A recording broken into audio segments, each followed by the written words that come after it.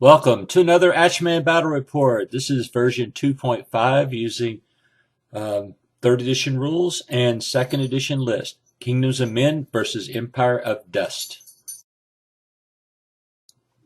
Let's go over my Kingdoms of Men list. I have a Horde of Foot Guard, two-handed weapons, and the Brew of Haste.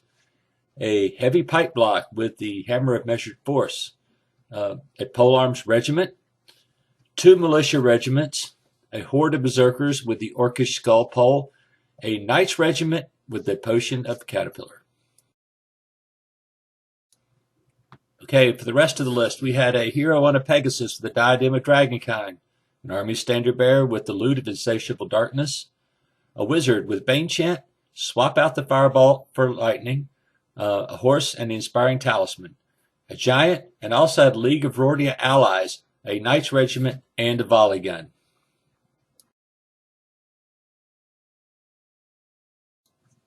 Okay, before we do the Empire of Dust list, we met John Helton down at the tournament in Cleveland, Tennessee, and didn't realize that he lived in Knoxville. So we've been trying to connect together to play a game, and he was out actually buying a gun this morning or that day, and so instead of having him go all the way back to his house, I just offered to let him use one of my armies, and he has some Empire of Dust stuff, so I thought that would be most appropriate. And his normal army is salamanders, and so to ask somebody to step out of their comfort zone and play, that's not really fair. But it probably beats driving, 20 miles round trip to get back to my house. Okay, this is the army list I used against Tomb Craig's elves a few weeks ago. Didn't change anything on it. Still a 2nd edition list. 2 hordes of skeletons, one with the Hammer of Measured Force, a horde of archers, 1 regiment of scavengers, and 2 chariot regiments, one with a whip of celerity. The rest of his list was a soul snare, 2 bone giants, a cursed high priest with heal 4 and the shroud of the saint, the army standard bearer with the banner of the griffin, and Mortibus the necromancer.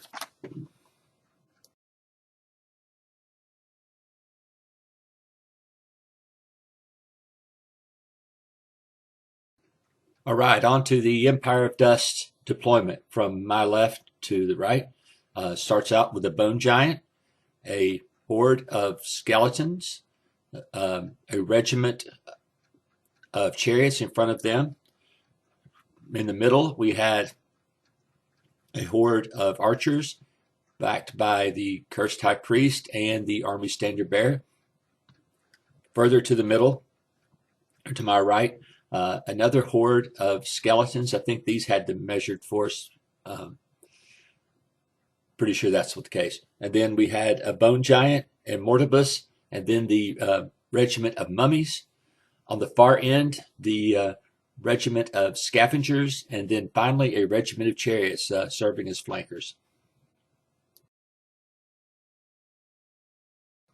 All right, on to the Kingdoms of Men. In the foreground, we have a unit of foot guard with double-handed weapons and the Brew of Haste. In front of them, my spanking new regiment of polearms. To their right is my magic user, and he has the inspiring talisman to help out the pikemen that are right in front of him. To the right of the pikemen is a regiment of militia. In the middle is a unit of knights, and they have the banner of the caterpillar. And then another regiment of militia. Finally, the berserkers. The mercenary knights are on the very, very end. And then the Pegasus is on far end trying to stop all that flanky stuff that's out there. The volley gun was actually right between the knights and the horde of militia. Okay, the Kingdoms of Men won the roll, but elected to allow the Empire of Dust to go first. And so they moved forward. They tried to set a trap next to the one of the ruined buildings in the foreground to keep me from parsing through there. In response, I moved up the regiment of polearms and the foot guard. The pikemen moved up to the wall of brush along with their detachment. The knights with the potion of the caterpillar moved up to threaten several units there in the middle. The my giant, I'm sorry, I didn't even mention it at the point. My giant, you can barely see him, is flanking a militia regiment, and then the berserkers to the right of that. My knights moved in and kind of angled up. I couldn't, where I was at, I didn't crest the hill because I didn't have enough movement. The Pegasus just moved up to the ruins and just sat there to see what kind of mischief it could cause. A little bit of shooting both ways, but not a lot happened. This is after Empire of Dust turn 2. They pretty much remained still on the left flank, just the archers moving there, the skeletons moving up. The main unit of skeletons with the measured force has moved up to the middle, and all three characters have cuddled in behind it. The Soul Snare is also there with the mummy regiment protecting it and the other bone giant. You can see that the chariots are going to have an end run, and then and threaten the flank of my Knights Panther, and then the scavengers also are setting themselves up for a flank attack. So my Knights Panther, the Rordian Knights, were kind of in a rock and a hard place with the chariots coming around their flank and the scavengers. So I was going to back off and try to not get charged by the giant, but in the end I decided just to go ahead and charge him, despite the fact I'm hindered and I've lost one of my crushing. I guess the good thing was I had Bane Chant cast on me on the knights, and so they could do a few more wounds. Also, the skeleton horde that's out in the front, they were just too juicy of a target. I mean, I knew that I was probably screwed if I didn't break them in one go, but I felt pretty good about it. And so I charged them with with my Knights regiments that had the caterpillar, and I charged them with my giant. The rest of the troops, the berserkers and the detachment of militia, just moved forward and to support the line and see what they can do to clean up any remnants, or just to protect those other units from being attacked. So the result of this was the giant and the knights one-shotted that whole entire horde of skeletons, and that eliminated him. I think I did 6 or 7 wounds to the giant, but did not break him, obviously.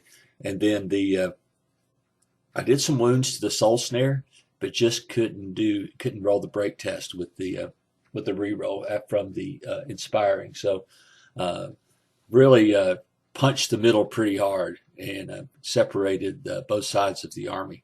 Now it's just a question of trying to do some exploitation. All right, here you can see what's been slightly out of the picture. The chariots are trying to come around to the flank of the berserkers, and the scavengers are flanking the Knights Panther and ready to strike at my army on the next turn. On the far end of the table, my polearms moved up to provoke a charge from the bone giant or the chariots, hoping that I could charge in then with the foot guard and do some damage. I got my pikemen and my other regiment of militia kind of stuck in behind that wall in the woods, and just had a really difficult time trying to get to grips with the enemy. So over on my left flank on turn 3, the regiment of chariots and the bone giant charged into my polearm regiment, and believe it or not, they held. I was totally shocked by it, but the dice rolls were not very good. The archers on the hill, since they're going to have crushing strength, went ahead and charged the front of my knights since they were standing still. The other unit of skeletons moved to the top of the hill for support. So my knights were eliminated during his turn 3, and the mummy's turn to protect the bone giant. And in response, I charged my giant and my berserkers into that unit to try to take them out. The skeleton archers had charged my Knights regiment and did no wounds, and then my militia regiment charged them in the flank, and the other militia regiment charged them in the front. The result of all this is that the skeleton archers were eliminated on their charge, as well as the mummies were eliminated on their charge. The berserkers are just nasty, and when you throw Bane Chant on them, it just makes it worse than nasty.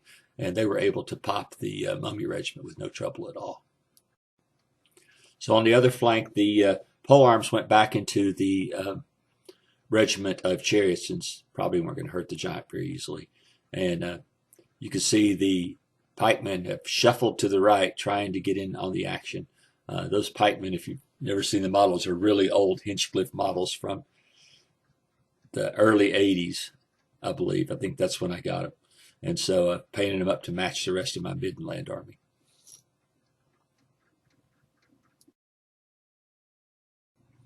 Here you can see after the fight, of course, both units are eliminated, the mummies and the skeleton archers. The militia just turned toward the soul snare, and you can see all the wounds it's on it, but it's still sitting there. And my giant turned toward his giant, and to face the scavengers regiment that's left. So that's pretty much it for the end of that turn. So the bone giant and the regiment of scavengers charged into the berserkers, getting them up to 8 wounds. The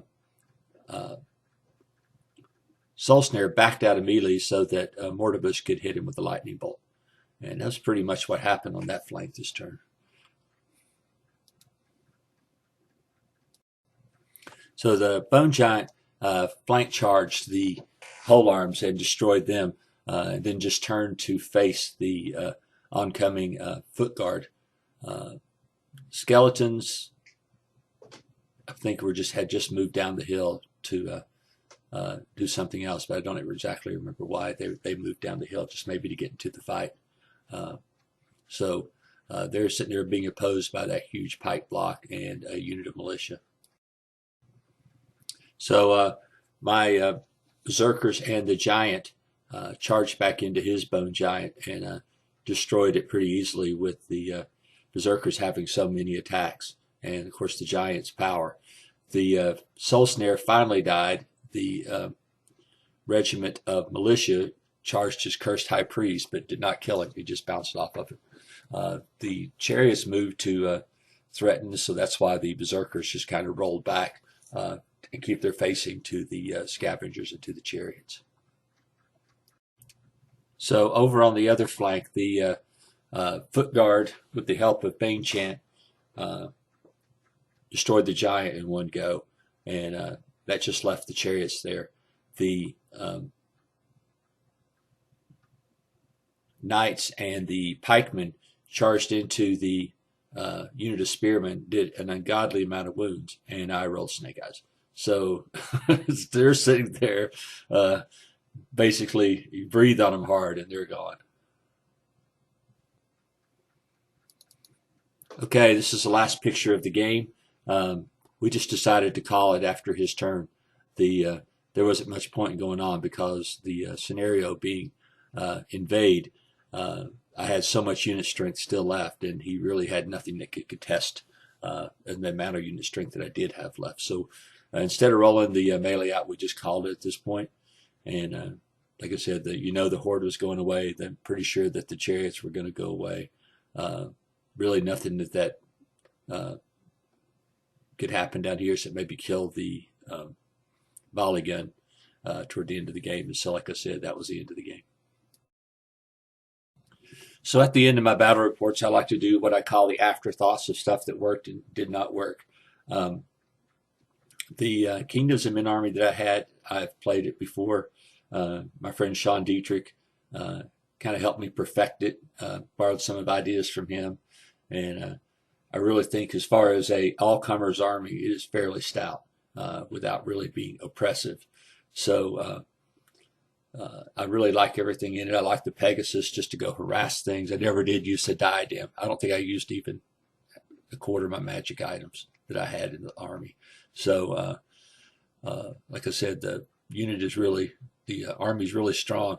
The three hordes are incredibly tough to take out. Either they can take the charge like the pikemen, the foot guard with the potion of haste. They can sometimes get the charge in against a similar speeded army.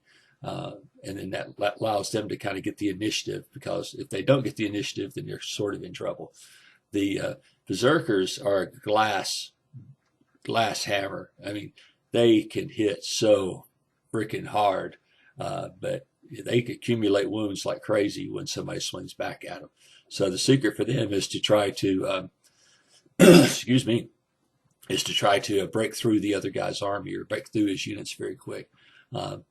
Both units of knights did well. Of course, a regiment of knights with the potion of the caterpillar is like unit number one in my army. The other thing that's in there that's become, I used to run 3 regiments of knights, and now it's 2 regiments plus the giant, and that's been a better selection. But this is the last 2nd edition game I'm running, so it doesn't really matter anyway.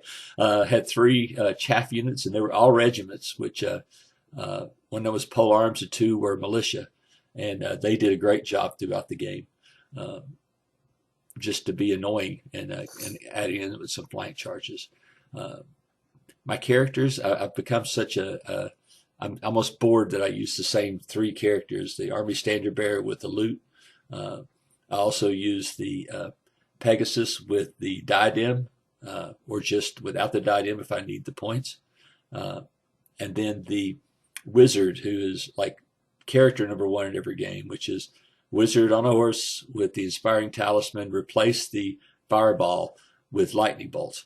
And that guy is just so versatile. You can use it for just about anything. So, like I said, I'm bored of some of my units, and we were talking about it this morning. Sean and I were about mixing things up. But I mean, I've got so fixated now on this one and the style of play that it's going to be pretty hard to break me from playing this exact army almost every week. As for the Tomb Kings, like I said, that's my list that I used a few weeks ago to play Tomb Craig, and John graciously came to play. It's John's first game of 3rd edition, first game using Empire of Dust. So just wanted to give a shout out to him for enduring something like this. Empire of Dust is not an easy army to play. My army is more set up for taking things and then getting healed, and hopefully the giants and such will do the real damage in the list by doing some flank charges along those ways. I really meant the chariots in my list to be used for chaff. They're not, I don't really expect them to hurt anything, but being able to charge into, say, one of those militia regiments and take it out would have been pretty good, and then allow the Empire of Dust to countercharge.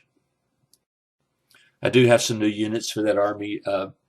For 3rd edition, I have a monolith, and now I have a flying worm, or undead worm, I think is what it's called, for that army to give it a little bit more pop. And haven't really redesigned the list yet for it, but I think that the Empire of Dust is going to be one of the best armies in 3rd edition, just because there's so much you can do with them. However, just whatever kind of suits your style of play. You can make them quasi-shooty, you can make them monster mash, or some sort of balanced thing in between. And I really think they're going to be a great army. And I think it's just a matter of, in my case, is getting out and practicing with them, changing up the list a little bit, using John and Tomb Craig as my guinea pigs, and seeing kind of what I want to do with that army. But right now, I mean, I can't wait for the new book to come out so that I actually have a army list for Kingdoms of Men, and of course my Ratkin. I don't really think that there's really anything going to change in the Kingdoms of Men army that I'm playing right now. I mean, the volley gun may go away, but that was the first time I ever used it anyway.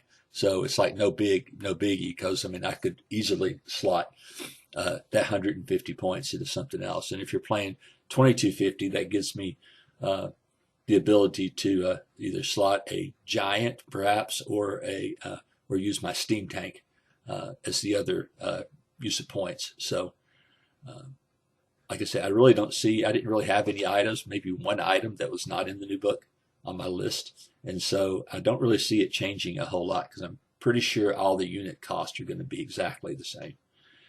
Just maybe more versatile.